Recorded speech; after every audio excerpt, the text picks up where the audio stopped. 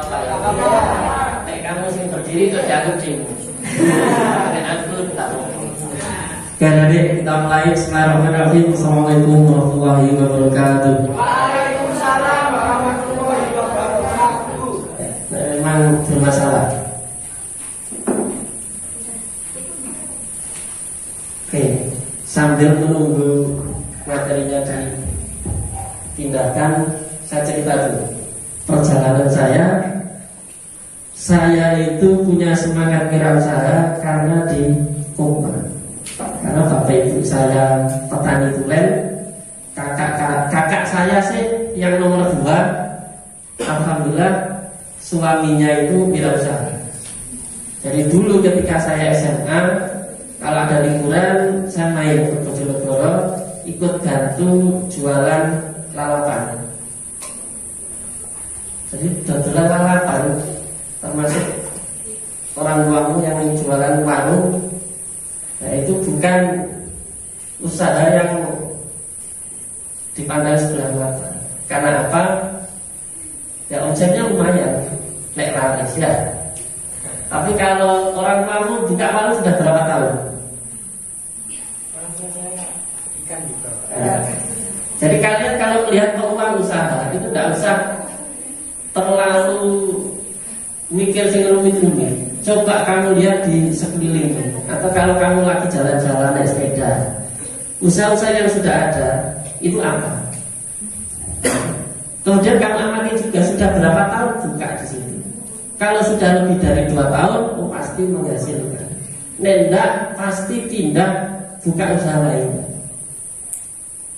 Saya juga begitu. Saya buka jasa mesin jahit. Meskipun saya tidak punya background iso jahit, tapi karena ilmu di Kopma itu terbiasa mengorganisir seseorang, akhirnya saya memanfaatkan itu. Saya belikan mesinnya, saya cari orang yang pintar jahit, kemudian saya carikan orderan. Saya dulu kerjasama di Dalwa, alhamdulillah karyawannya 10 karyawan untuk jahit, sampai ngobras macam-macam. Saya setiap seminggu sekali kirim di Dalwa itu baju takwa 600 buah minim. Kadang yang dapat 800. Ya tergantung orang yang kerja itu semangat atau enggak. Karena saya gajinya berdasarkan hasil jahitannya dia. Itu hanya berjalan 2 tahun.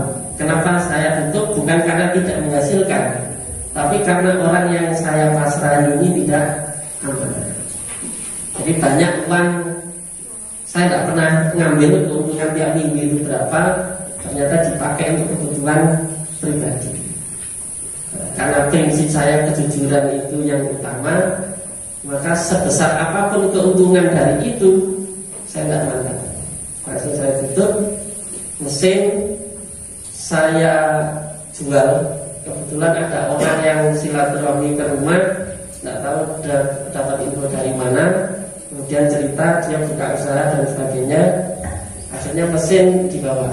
Sampai karena salah satu background mungkin yang dilihat dia pengalaman di Kopma lumayan banyak, dia juga aktif di organisasi. Dia sampai sekarang itu jadi manajer keuangan. Gajinya ya hampir 50. Dia sekarang punya usaha roti, punya usaha macam-macam, catering. Kemudian dia sudah bermain di properti. Kalau saya kan masih belum. Dia selangkah lebih maju. Dia sudah buka kaplingan rumah di daerah Jawa Barat. Kembali lagi ke cerita saya. Saya itu dulu aktif di Kopma, kemana-mana jalan kaki. Kenapa jalan kaki? Karena nggak punya sepeda. Waktu saya jadi ketua Kopma, dulu di Kopma UM itu ada inventaris sepeda motor. Nah, jadi kalau pas sore atau malam saya pinjam motornya Kopma aktivitas. Karena kalau siang motor itu harus standby di kantor kalau ada karyawan yang membutuhkan untuk mobilitas. Jadi sekali lagi saya berangkat dari orang yang pas-pasan. Kiriman dari orang tua 250.000. Itu sudah tak keluar apa-apa lagi orang tua saya. mau fotokopi, mau apa untuk aktivitas kuliah ya dari uang itu. Makanya mau tidak mau saya harus survive. Saya buka les privat, saya jualan baju. Kalau di kampus-kampus besar, alma mater itu jadi proyek pejabat kampus gitu. Kulaan 100.000, 150, dewane 250.000. Mau tidak mau mahasiswa mesti tuku. Karena apa, itu sudah dihitung di awal. Registrasi awal, kan registrasi awal di mana berapa? 6 juta. Di situ ada rinciannya enggak? Untuk jas alma mater berapa rupiah? Berapa? Berapa? Lupa. Nah, bagi pengurus Kopma itu harus diteliti. Jas alma mater di situ setelah berapa? Kamu cari konveksi sing sekiranya kualitasnya api, tapi harga bisa lebih murah. Nah, so kamu buat proposal, ngajukan ke pihak rektorat untuk tahun depan. Ya, tahun ini kan tidak iso. Untuk tahun depan, tapi kamu sudah pendekatan mulai bulan ini, sehingga nanti Januari besok kejelasan. Oh, nanti alma maternya Uniwara dihandle sama Kopma. Kamu tidak perlu terbuka harga kulaan kilo ke mahasiswa baru. Kenapa? Karena itu kode etik. Jadi di materi saya itu saya kasih slide juga tentang kode etik ketika kita berwirausaha. Jadi dengan mitra yang sekiranya nanti sensitif dengan konsumen, ya kamu jangan terlalu vulgar. Dari takno, oh itu jupuk nang koma 150.000. Kalau kamu didorong 150.000, langsung di blacklist kamu. Tahun berikutnya tender ya nggak tidak dikasih. Zaman saya dulu, teman-teman di Kopma Universitas Brawijaya itu gajinya lumayan besar, 500.000. Waktu saya 150.000, Kopma UB itu gajinya 500.000. Kenapa?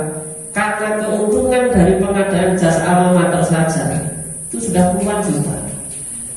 Karena mahasiswa Brawijaya kan mahasiswanya wakil, otomatis keuntungannya juga banyak. Makanya Kopma Uniwara masih merintis, katanya baru berdiri 5 tahun, unit usahanya belum banyak. Justru itu yang harus kalian manfaatkan. Nek wis ana usahane akeh, awakmu bingung ngrumate kok apa. Nek durung duwe usaha, ya awakmu kudu bingung caranya untuk membuka unit usaha baru. Jangan yes pokok ana ing ngene, Pak. Kalau kampus ya isih dikai dana setiap tahun, ya wis berjalan apa adanya. Itu nanti tidak termasuk untuk mendidik kamu menjadi wirausaha. Karena salah satu prinsip yang harus kamu miliki ketika kita menjadi wirausaha itu harus kreatif, inovatif. Jangan terlalu puas dengan kondisi yang sudah ada. Itu ya. Yang pertama tadi harus berani mengambil resiko. Sekali lagi, orang berwirausaha itu kamu juga kalau siap untung harus siap rugi. Tetapi wirausahanya orang yang tidak sekolah dengan wirausahanya orang yang sekolah itu beda jauh. Kenapa? Karena kita orang terdidik sudah punya analisis. Untuk usaha-usaha yang memang beresiko, kamu sudah punya analisis. Kira-kira kalau ruginya berapa? Tapi yakinlah kalau kamu menekuni usaha itu, dan kalau usaha itu memang masih laku di pasaran, mau soal rugi terus. Rugi-ruginya ya 1-2 kali. Habis itu pasti untung. Kenapa? Kamu akan mengevaluasi diri. Kenapa rugi? Nah, ya apa caranya ke depan enggak rugi. Kecuali kalau ketipu ya. Jadi orang berwirausaha itu harus siap rugi, harus siap ketipu ketika ketemu mitra yang tidak amanah tadi. Termasuk saya ketika buka mesin jahit tadi, ya diakali sama orang yang saya fasilitas. Padahal orang itu dulu yang ngerawat istri saya ketika kecil. Karena mertua saya itu bapak ibu guru, otomatis kalau pagi ngajar sehingga anaknya kan dititipkan sama yang ngasuh. Dan orang yang saya titipin untuk mesin jahit itu ya dulu ngasuh istri saya. Bayangan saya ya tidak mungkin punya niatan macam-macam. Jadi kalau kita berpikir positif ya pertama mungkin bukan rezeki saya, yang kedua mungkin dia lagi butuh. Cuman kalau saya karena kejujuran itu yang utama, apapun alasannya saya keluarkan atau ya langsung saya tutup. Karena pengalaman itu pernah saya lakukan ketika saya jadi ketua Kopma di UM itu pagi-pagi di minimarket. Dulu minimarketnya Kopma UM itu lumayan besar. Makanya istrinya Pak Daryono yang jadi rektor kamu itu di Probolinggo dia buka minimarket lumayan besar juga. Ya karena dulu awal-awalnya ya terinspirasi ketika jadi pengurus Kopma UM, unit usaha minimarketnya lumayan maju. Jadi omset 1 bulan itu di atas 50 juta. Bayangkan kalau kita untung 20%, 30% kan sudah berapa juta. Oke, sekali lagi jadi wirausaha harus siap rugi, harus siap kena tipu, tapi yakinlah kalau kamu istiqomah menekuni usaha itu, selama analisismu dan evaluasimu dijalankan, insya Allah tidak akan rugi terus, pasti akan ada hasilnya. Nah, saya contohkan tadi, kalau mau usaha-usaha yang tidak beresiko, jadilah maklar kalau bahasa pasar. Tapi kalau bahasa kita, marketing. Jadi orang marketing itu kan jualkan produk orang. Sama ketika ada orang pesen jaket, ada orang pesen kaos. Nah, kamu konfirmasi ke konveksi. Kemudian kamu jual, kamu naikkan pengen untuk berapa rupiah. Nah, itu kan marketing tapi freelance. Apalagi sekarang dunia online ya, kamu jualan pakai media WA bisa, Twitter bisa, terus apalagi Facebook bisa, Instagram bisa. Bahkan saya sempat lihat acara di YouTube itu ada pengusaha, dia jualan lipstick, cowok jualan lipstick, tapi dia omsetnya itu MM-an. Kenapa MM-an? Populasi di Indonesia ini akan redor ya. Nek wis iso macak ndak kira ndak lipstickannya ndak. Nah itu. Teman satu kelas misalnya ada 50 anak. Ya ada satu kelas anggap 50 anak. Nah, kamu belok metodenya ada 20 atau 30. Nah, kalau kamu berpikir bisnis, potensi pasar ini bisa ditawari listrik, bisa ditawari bedak, bisa ditawari macam-macam. Itu kalau dari sisi kebutuhan mahasiswa. Yang penting ya aja sampai produknya ini yang akal-akal.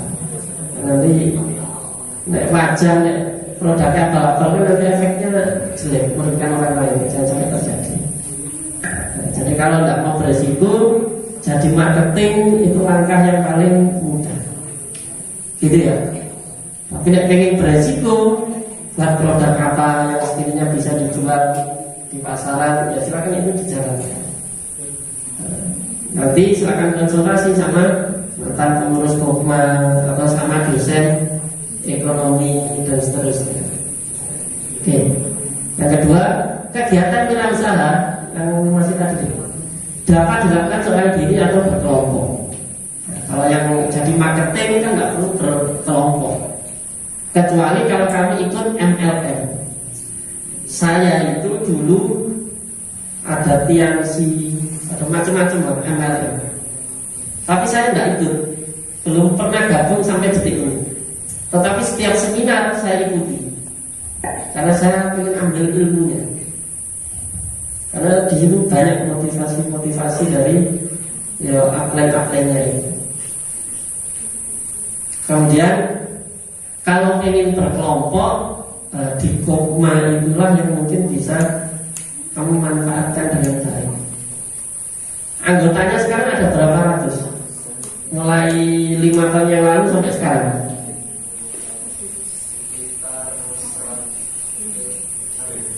Nah, setiap satu angkatan berapa? Ini kan 36. Nek peng 5 berarti 180.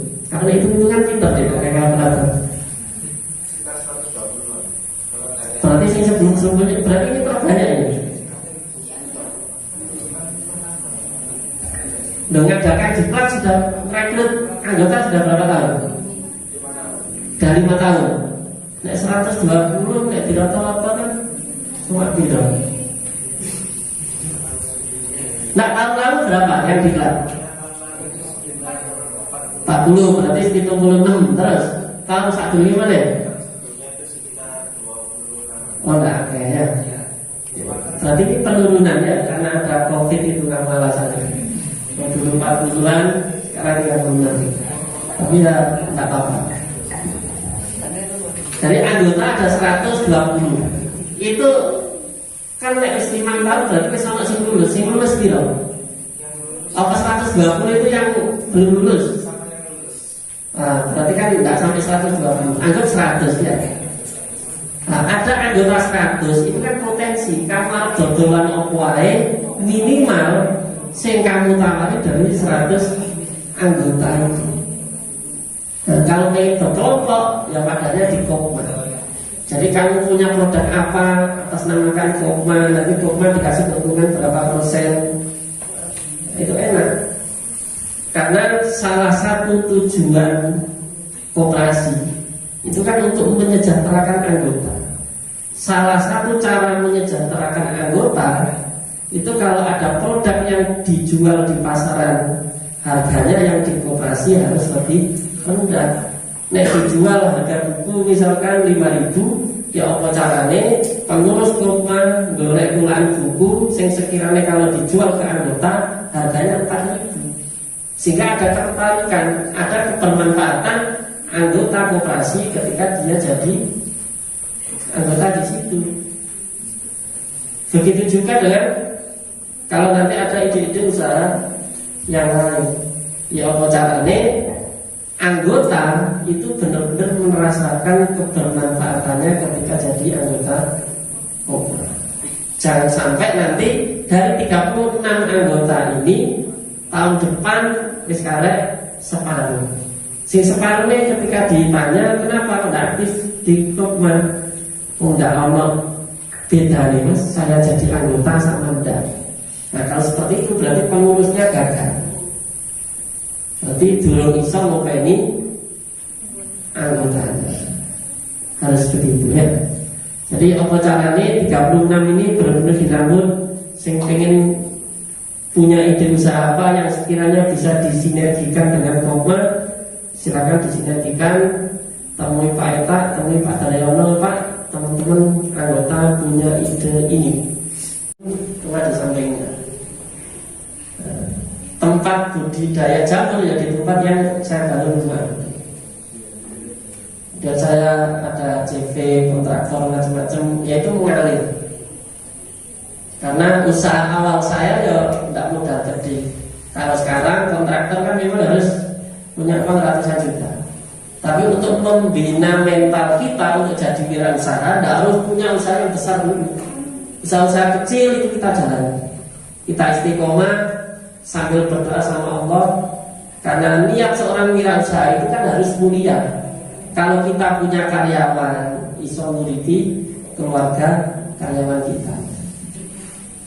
Masih ada berapa menit, Mbak? Oh sudah selesai. Oke, kita banyak jawab aja kalau gitu. Masih diberi kesempatan tanya semua. Oke. Karena memang mata kuliah kewirausahaan itu kan 1 semester. Lah ini dikit waktu 1,5 jam kemarin kabeh ya nggak mungkin ya. 1 semester itu waktunya berapa lama? Oke, silakan adik-adik yang pengen bertanya sama apa yang saya sampaikan, ataupun setelah kamu baca dari materi itu ada yang tidak paham, silakan ditanyakan. Yang ada pertanyaan yang saya tutup. Yang pengen silaturahmi ke rumah untuk diskusi, mas saya pengen buka usaha ini, silakan. Pokok janjian dulu. Karena saya sering jalan-jalan. salah satu enaknya orang wirausaha itu tidak terikat oleh waktu. Kalau istri saya PNS, Senin sampai Jumat kudu masuk.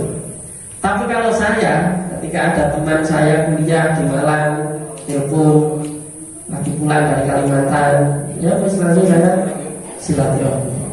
Saya lebih senang sering ketemu sama orang. Barangkali ketika ngobrol ada ide usaha baru, itu kita jalan. Karena saya punya bimbel di Sidoarjo, namanya bimbel integral. Itu punyanya orang-orang mantan primagama. Jadi di primagama terus kesuwen bosen buka usaha bimbel. Nah, kita partner bareng.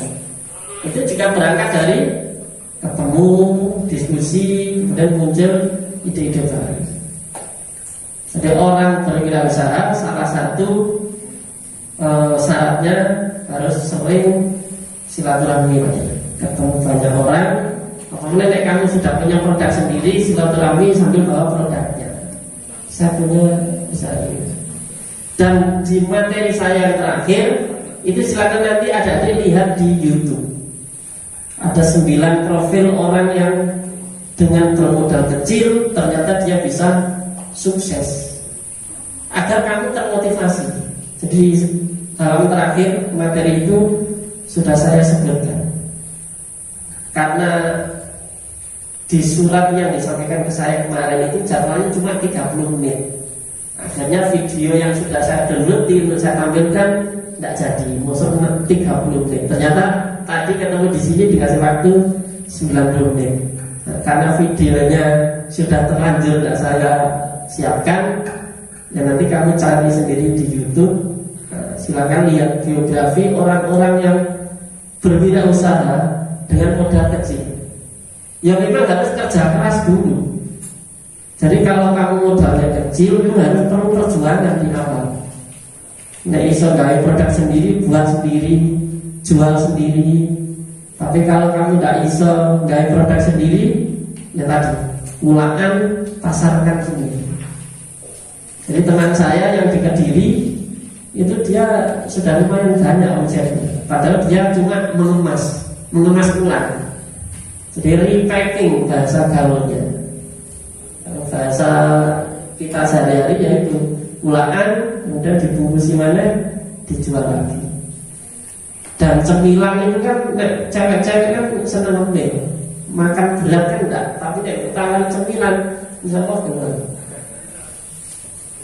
Nah, sing cowok mungkin nawari cewek-cewek isin, ya tawari kata-kata sing cowok.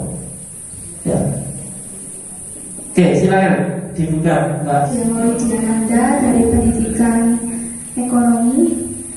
Ketika kita membuka usaha,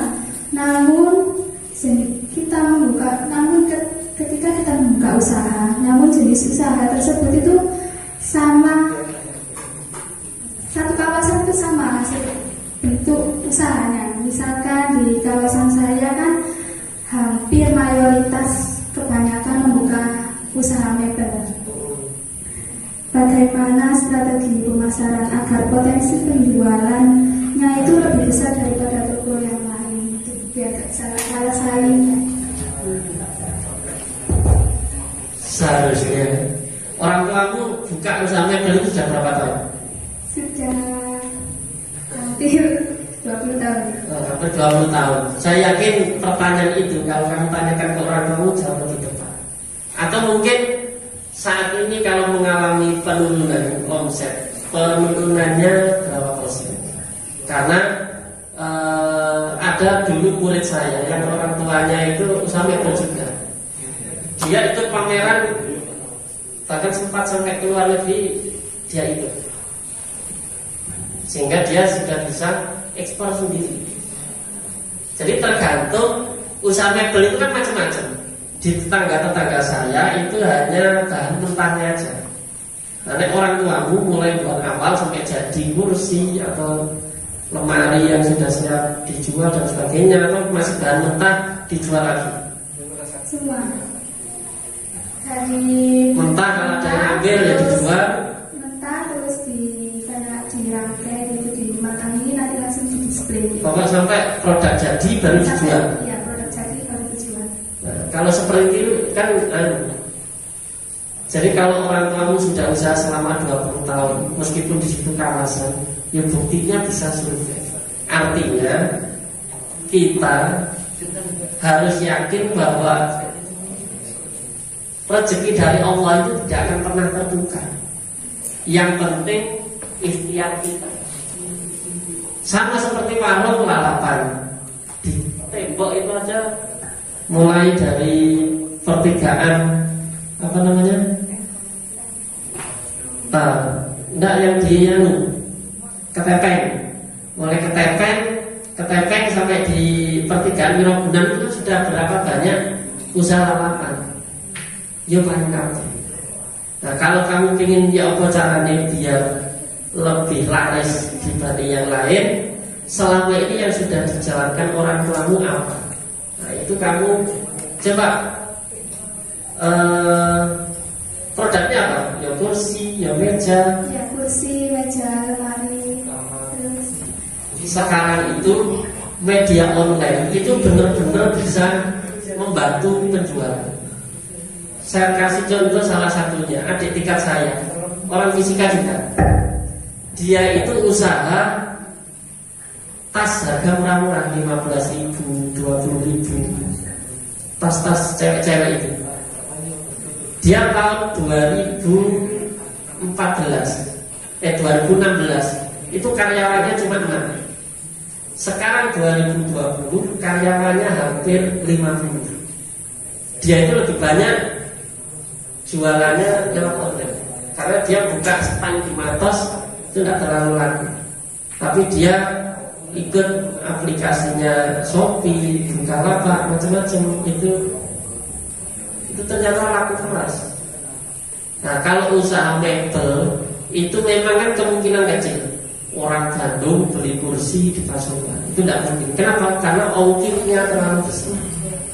Nah makanya ya nggak bisa jadi reseller yang di wilayah Jawa Timur saja.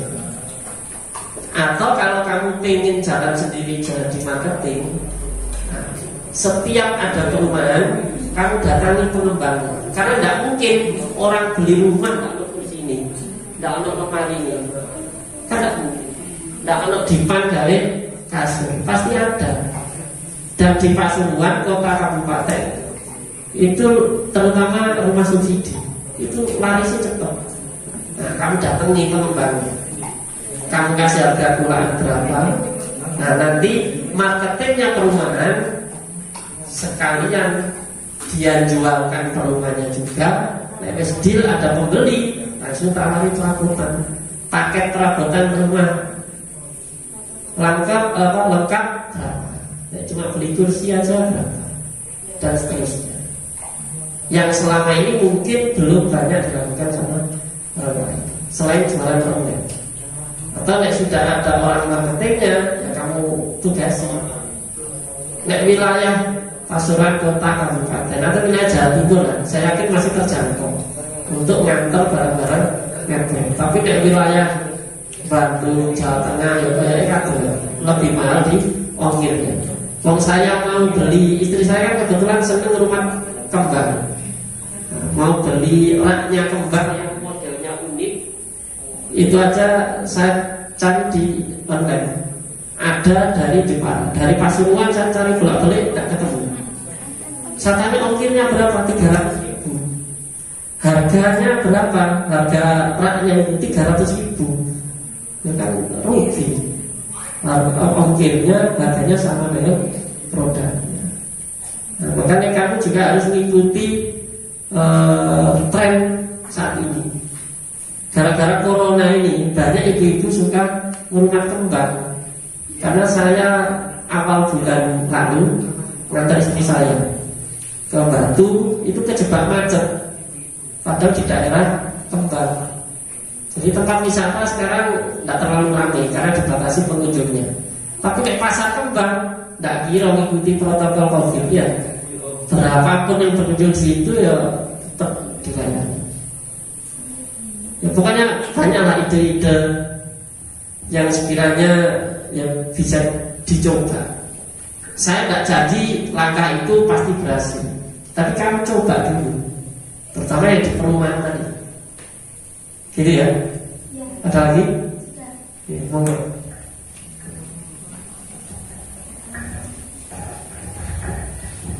Assalamualaikum warahmatullahi wabarakatuh. Saya Ahmad Hadi dari Prodi Ekonomi. Ekonomi ya. Ketika berwirausaha itu lebih efektif dikelola sendiri apa dikelola orang? Kalau masih merintis, saran saya dikelola sendiri. Karena kalau dipasarkan orang lain, saya ada pengalaman keuntungannya dipakai untuk kebutuhan pribadinya. Saya punya rental di Surabaya, itu juga yang pegang kakak saya. Masuk kalau dulu dewe harus nakal kan tidak mungkin. Yang penting orang yang kamu pasrahin, seandainya kamu tidak bisa waktunya, orang itu harus benar-benar amanah. Kamu teliti dulu. Karena banyak juga rental mobil yang digadekan sama yang nyewa. Banyak juga.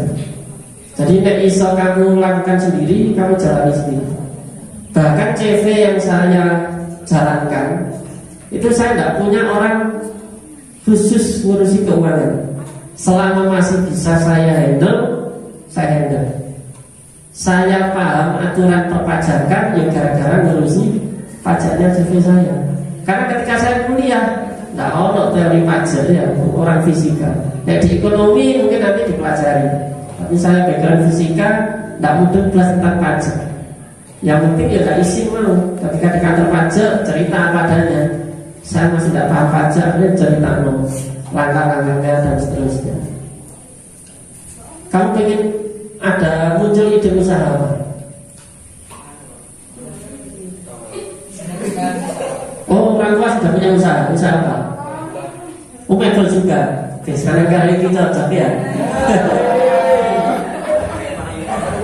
Mebelnya di daerah Bukit juga apa di mana? Oh ya kan daerah itu ya.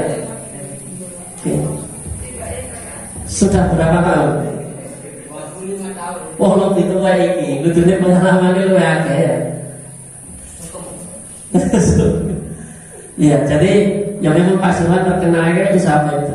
Saya sudah bolak-balik mengkritik kalau saya ketemu anggota DPRD itu saya sudah bolak-balik menyampaikan bahwa benar-benar dibina potensi yang ada di Pasuruan ini. Kalau saya mebel ya kok caranya tidak jualan sendiri-sendiri, bisa ekspor bareng-bareng atau ngadakan pameran.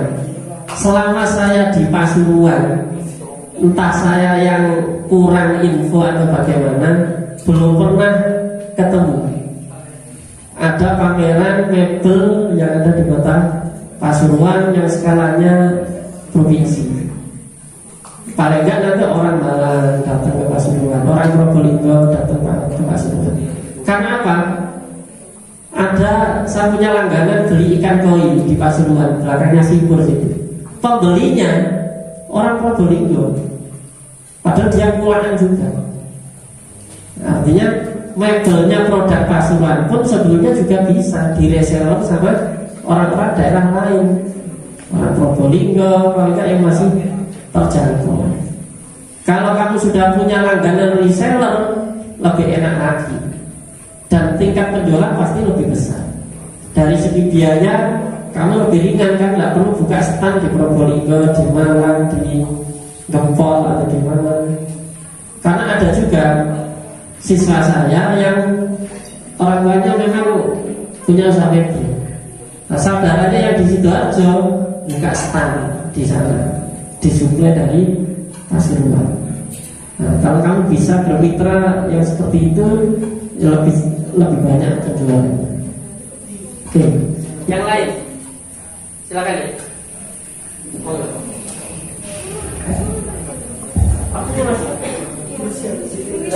Oh ini lagi. Silakan.